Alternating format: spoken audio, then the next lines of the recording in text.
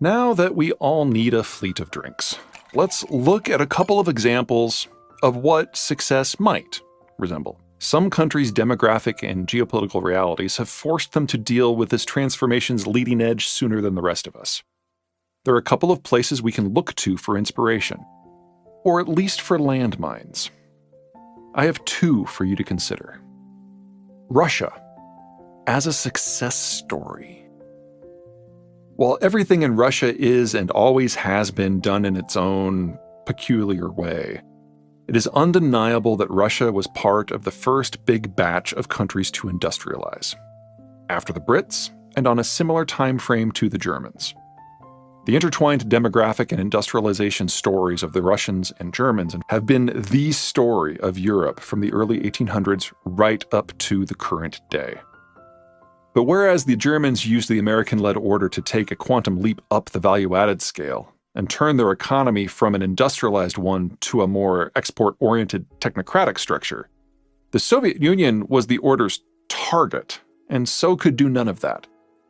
Instead, the Soviets went down the road of command-driven communism. Outside of the military realm, Russia simply could not keep up with the technological dynamism of the American-led world. As the years stacked up into decades, the Soviet economy plateaued in terms of sophistication, and nearly all economic growth in the 1960s and 1970s wasn't from technology or productivity, but instead from an expansion of the working-age population. More inputs, more outputs. To believe the Soviet Union would continue to function over the long haul, you had to believe that the Soviet population would continue growing, and that just wasn't in the cards.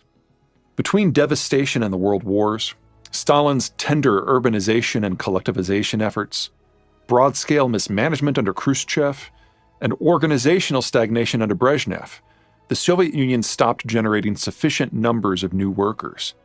By 1980, the demographic pipeline was already running dry, and then the bottom fell out. The trauma of the Soviet collapse was economic, cultural, political, strategic, and demographic. Between 1986 and 1994, the birth rate halved, while the death rate nearly doubled. Russia today is deindustrializing at the same time its population is collapsing. But Russia is probably one of the best-case scenarios for most of the industrialized world. Russia, after all, at least has ample capacity at home to feed and fuel itself, in addition to sufficient nuclear weapons to make any would-be aggressors stop and think before launching an assault.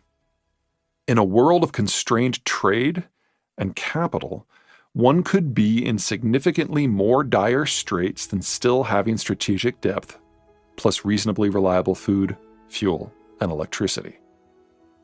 But the gold standard in terms of preparing for a post-growth life is elsewhere. Japan, growing old gracefully. Japan has been on the path to demographic oblivion for more than 5 decades. Extreme urbanization has been the norm since World War II, and there simply isn't enough space in Tokyo's omnipresent condos to easily raise families, much less families of size. The aging process is so deeply entrenched that some 30,000 Japanese die in their apartments every year without anyone noticing, until there's a smell necessitating fumigation. Japan passed the point of no return in its demographic structure back in the 1990s. But rather than crawl into a hole and die, the Japanese government and corporate world have long since branched out in ways that reflect the country's underlying demographic weaknesses and strengths. Japanese firms realize their local demographics are wretched, but they also realize that building products en masse at home requires young workers that they no longer have, and that dumping said products on other markets is often considered as somewhat rude. So the Japanese have opted for something new: de-sourcing. Japanese firms have relocated much of their industrial productive capacity to other countries, where they use more abundant local workers to produce the goods that are then sold into those same local markets. Then some of the income from those sales flows back to Japan to sustain the ever-aging Japanese population. Design and technical and very high-end manufacturing work, the sort of work done by high-skilled, older workers, is kept in Japan. But almost the entirety of the rest of the manufacturing supply chain is located on the other side of national borders. The Japanese read the writing on the wall in the 1980s. They saw how their American security guarantor resented product dumping and started a multi-decade effort to instead manufacture goods within their target markets. In particular, this concept of build where you sell has become Toyota's new corporate mantra. This new industrial model has enabled Japan to age with a degree of grace. But there are a couple of glaring problems. Japan's economy is stalled. In inflation-adjusted terms, the Japanese economy was smaller in 2019 than it was in 1995. Part and parcel of not being able to build and sell with and to your own population is that you need to move some goalposts. Even outsized economic success in a post-growth world just doesn't have much growth. It is exceedingly unlikely that Japan's path is replicable. After all, the Japanese experience of 1980 to 2019 is in many ways unique. Japan's transformation to a post-growth system occurred under ironclad American security cover. Tokyo never had to fear for its own physical protection at home.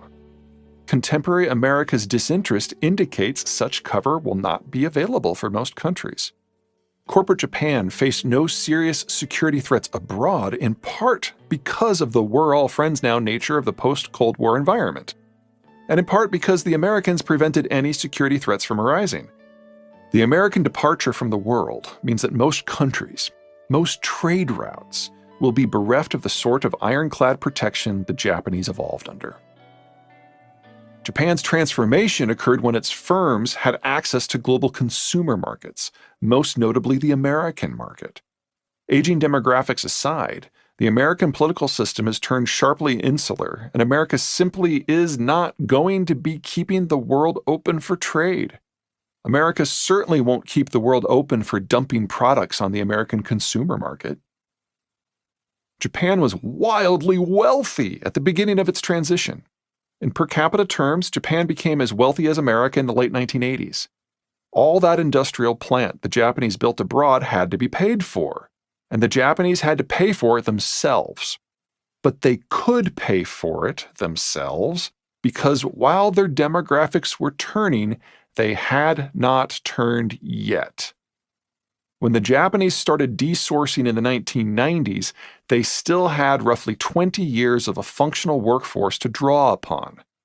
Today, there are precious few countries who can lay claim to such a positive starting point in terms of wealth, and none have a tax base or worker capacity that will last more than a decade. Japan's population is the world's most homogeneous, with more than 98% of the population being purely, ethnically Japanese. That unity enabled social and economic transformations that would have triggered mass upheaval in more diverse populations. Japan is eminently defensible. Japan is an archipelago that has never been successfully invaded.